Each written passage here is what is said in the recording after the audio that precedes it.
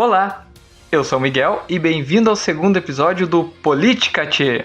Então, antes da gente começar o assunto, temos que falar sobre a Ucrânia.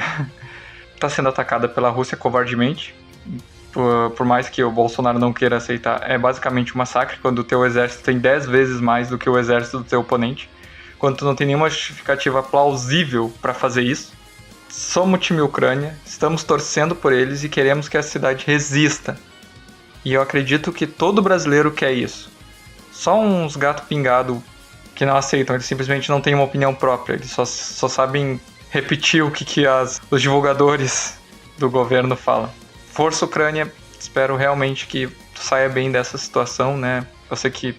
E espero que os civis que estejam tentando sair dessa zona de conflito e cheguem em segurança num local mais tranquilo. Dito isso, né, então não importa muito o que eu fale sobre a Ucrânia, a informação sempre vai ficar desatualizada. Por exemplo, eu queria gravar esse vídeo ontem que teve a reunião, né, entre o Zelensky ali e o Putin. Que o Putin nem foi outro representante, e no final a única coisa que a Rússia queria é que eles se desarmassem.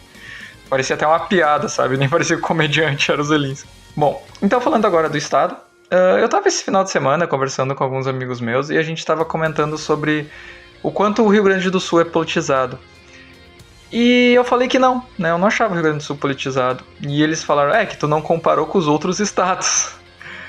E eu pensei, realmente, eu não tenho muita ideia de como é a política em outros estados. Só que assim, qual é o ponto principal que me fez gerar esse canal?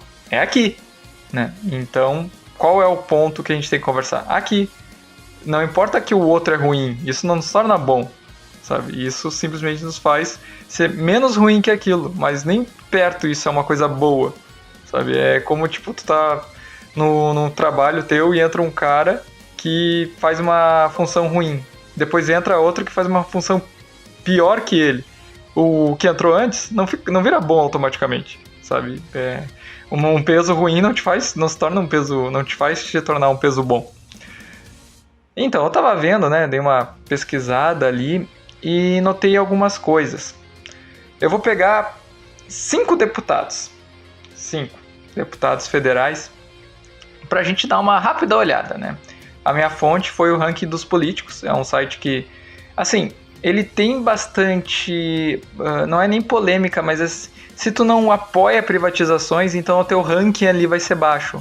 Agora, se tu apoia, o teu ranking vai ser alto. Então, tem certas coisas no quesito votação que aí fica meio tendencioso, sabe? Tipo, os esquerdistas, eles sempre vão ir mal ali, porque eles não vão apoiar a privatização. Só se for aquele centro-esquerda, né? Tipo, ele fala porque é do povo, mas vai lá e vota assim pra privatização. Então, tem esse ponto, né? Então, eu tentei ignorar isso pra não ser injusto, né? Mesmo apoiando a privatização. Então, aí eu peguei primeiro o que está em primeiro lugar lá, que é o Daniel Trzezinski.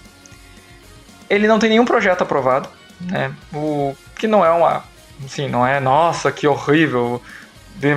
Aprovar projetos é complicado, né? O Kim Kataguiri lá de São Paulo, ele conseguiu, trabalhando que nem um condenado, conseguiu aprovar 3. Né? Então, aprovar projetos é uma coisa assim, difícil de se fazer, não é uma coisa fácil, tem que articular bastante, tu passa por comissões, então é uma coisa que tu não vai conseguir fazer um por mês, sabe, é uma coisa que demora. Então, falei besteira, quando eu tava falando isso eu tava pensando em comissões, mas não, propostas, o Daniel ali teve 76 colocadas, né, e 5 que ele foi relator, contra 759 que o Kim propôs, e 98 que ele foi relator. E dessas 5 que o Daniel foi relator, 2 era referente a nomear lugares. E a gente sabe que esse tipo de coisa é só para ficar inflando o número, né? Só para deixar bem claro que eu acabei falando besteira. Propostas, eu estava pensando em número de comissões que participavam e acabei falando de propostas. O Kim aprovou bem mais do que 3. Mas ao contrário do Lucas Redecker, que já tem né? Que já tem um aprovado, mas ele está atrás por causa dos gastos. E é esse o ponto que eu gostaria de falar. O Daniel, ele gastou 71% da verba de gabinete dele. E o Lucas Redecker, 90%. É 30% de 25%. Ou 30% de 30%. 71% da verba de gabinete do Daniel Tzerk, T-Z-E... sabe? É um nome... Não é daqui, é um nome gringo. É equivalente a 956 mil reais. Vocês todos conhecem esse cara? Porque assim, ele foi eleito com 74 mil votos. Não foi nem de perto a votação maior que teve aqui. Ele tá ali no médio. Ele é considerado o melhor parlamentar, mas ainda assim gasta 956 mil reais de verba de gabinete. 3/4 do dinheiro, quase 3/4 do dinheiro liberado. Se uma das tuas bandeiras é respeito com o dinheiro público e tu gasta quase 1 milhão em verba de gabinete, tem alguma coisa errada aí? O Lucas Redecker também, ele vai nessa batida e aumenta 90% de gastos de gabinete. Tem alguma coisa errada na nossa direita, né? Por mais que seja uma centro-direita, eles deveriam estar sendo um pouquinho mais cuidadosos com o nosso dinheiro. E esses são os que o ranking diz seriam os melhores. Vocês entendem como eu vejo que a gente não está sendo um povo politizado? Eu quero trazer pro pessoal ali, né? Eles não podem faltar, né? Vamos ser sinceros. A gente sabe que eles têm que estar ali na listinha. Vamos pro pior, que, para surpresa de ninguém, é do PT. Pompeu de Matos, ele gasta 91% da verba. 91% da verba de gabinete. E esse cara teve 80 mil votos. Vocês conseguem compreender que 80 mil pessoas votam nesse cara para torrar dinheiro que nem um doido? Ele gasta 88% da cota parlamentar dele. Isso é insano. Por que votam nele? A estrelinha da noite, Maria do Rosário. 99% de verba de gabinete torrada. Gasta. Votações totalmente contra privatizações. E aí eu sempre me perguntei, sabe? Eu sempre tive essa dúvida, sincera mesmo. Quem é que vota na Maria do Rosário, cara? Aí eu descobri que parece que, como ela já foi professora, ela tem um público muito forte de professores e servidores públicos, né? Ela votou não, como educação sendo essencial. Mas aí o colégio poderia voltar isso e arriscar as crianças. Tudo bem, mas então propõe alguma coisa diferente. Simplesmente votar não fica bem estranho pra quem defende educação, né? 99%. Ela torrou quase toda a verba de gabinete dela.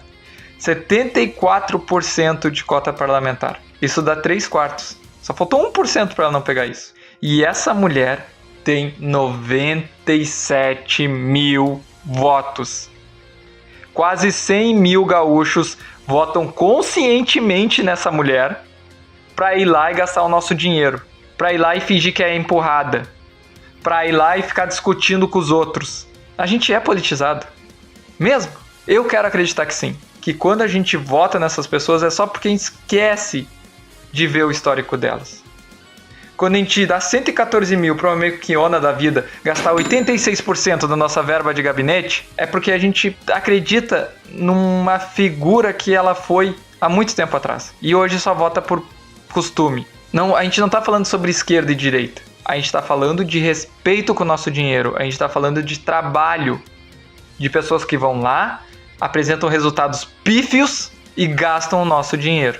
E aí depois de 4 anos voltam com a mesma conversa dos problemas que eles não resolveram. Isso não pode mais acontecer. A gente tem que saber em quem a gente está votando. A gente tem que entender que se o cara está torrando mais de 80% da verba de gabinete, mais de 70% da cota parlamentar e não apresentou um projeto, ele tem que ser responsabilizado por isso. Ele tem que ser cobrado. Ele tem que receber ligação, os assessores deles têm que ficar recebendo mensagem no WhatsApp o tempo inteiro, porque eles recebem para isso. E é a gente que paga. O nosso Estado, ele tem essa vontade de ser ativo. Mas sabe qual é o problema? Principalmente com a direita. Eu falo porque eu tô há quase 2 anos bem ativo nesses movimentos. Tem o direita gaúcha, tá? E aí, o direita gaúcha, o pessoal briga e vira daí jovens de direita gaúcha e direita gaúcha. Aí, os jovens de direita briga, aí vira gaúchos de direita. E aí tu tem direita gaúcha, jovens de direita gaúcha e gaúchos de direita. E aí, vamos botar no cenário de hoje. Tem o Moro. Todo mundo sabe que o Moro é o mais cotado. Ele é que tá acima, em terceiro lugar, né? Ele é que tem prospecção pra cima. Os outros já estão meio que saturados. Os 3 movimentos querem que o Moro ganhe. O Direita Gaúcha e o Gaúcha de Direita e o Gaúchos da Direita, eles não podem um ir no evento do outro, porque eles estão de mal. Então o que acontece? Quando um faz um evento, vai 5 pessoas, quando o outro faz evento, vai 7, quando o outro faz evento, vai 4. Sendo que se eles fossem todos no mesmo movimento, teriam 12, 15, sabe? Quando um quer panfletear para um candidato X, o outro, que talvez tenha um candidato Y, não pode ajudar esse. Entende? É esse ponto que a gente chegou num nível no Sul aqui, pelo menos na zona metropolitana que eu vejo, né? Que a gente é tão politizado que as forças, elas não estão conseguindo trabalhar juntas. E aí a gente tem essas aberrações. A gente tem gente tipo Bibo Nunes, que gasta 84% da cota da verba de gabinete, 50% da cota, com 90 mil votos, 91 mil votos. O que esse cara fez pra gente? Além de ficar patrocinando mensagem anti-vacina em Novo Hamburgo. E depois dizendo que era pra segurança dos outros. Nós da direita temos a obrigação de nos juntar. Se a gente tiver 1, 2, 3, 5 candidatos, isso não interessa. A gente precisa se ajudar.